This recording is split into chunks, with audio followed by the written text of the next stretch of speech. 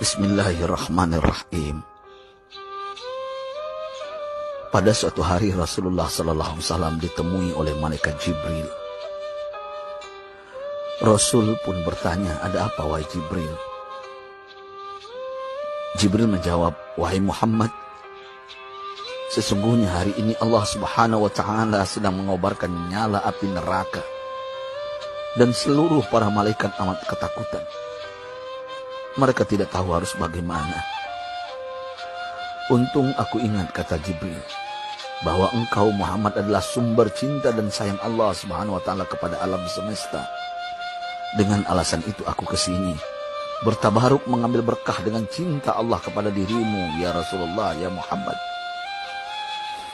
Rasulullah terdiam beberapa saat, kemudian bertanya lagi, "Wahai Jibril, ceritakan padaku bagaimana neraka itu sesungguhnya." Jibril menjawab, "Wahai Muhammad, neraka itu bagaikan lubang-lubang yang terdiri dari 7 tingkat. Jarak antara satu lubang dengan yang lain ialah perjalanan 70 tahun. Lubang paling bawah adalah lubang yang paling panas." Nabi SAW meneruskan pertanyaannya, "Lalu siapakah penghuni lubang-lubang neraka itu, wahai Jibril? Sampaikan kepadaku, Jibril." Jibril menjawab, "Lubang yang paling bawah diciptakan untuk orang-orang munafik. Lubang yang berikutnya untuk penyembah berhala. Lalu untuk penyembah bintang dan matahari." Jibril terus menerangkan penghuni tingkatan neraka hingga lubang yang kelima, tempat umat Yahudi, dan yang keenam dihuni oleh umat Nasrani. Setelah menjelaskan penghuni 6 tingkatan neraka, Jibril diam cukup lama. Rasulullah SAW penasaran dan bertanya kepada Jibril, "Wahai Jibril, siapakah penghuni neraka yang ke-7?" Jibril diam saja tidak menjawab. Rasulullah SAW mengulangi pertanyaannya, tapi Jibril tetap diam. Rasulullah tambah penasaran dan mendesak Jibril agar dijawab pertanyaannya. Akhirnya Jibril pun berkata, "Umatmu, wahai Muhammad, mereka itu para pelaku dosa besar di kalangan umatmu, yang dimana sampai mereka mati belum sempat bertaubat." Mendengar jawaban Jibril, Rasulullah langsung jatuh pingsan. Jibril merangkulnya dan meletakkan tubuh baginda di atas pangkuannya. Tak berapa lama Rasulullah SAW sadar dan langsung menangis bersimbah air mata dengan terisak-isak. Rasulullah mempertegas pertanyaannya, "Wahai Jibril, apakah benar ada di antara umatku yang masuk neraka?" Jibril menjawab, "Benar, wahai Muhammad, pelaku dosa besar di antara umatmu yang belum bertaubat." Setelah itu Rasulullah menghadap kiblat dan sujud kepada Allah dalam isak tangisnya. Sesekali dengan suara pelan beliau membisikkan kata-kata, "Ummati ya Rabb, ummati, ummati, ummati." Beliau SAW tidak mengangkat kepalanya dalam keadaan seperti itu selama 3 hari 3 malam. Kecuali setiap Bilal bin Rabah mengumandangkan azan, barulah beliau bangkit untuk menjadi imam. Dan setelah itu kembali sujud lagi.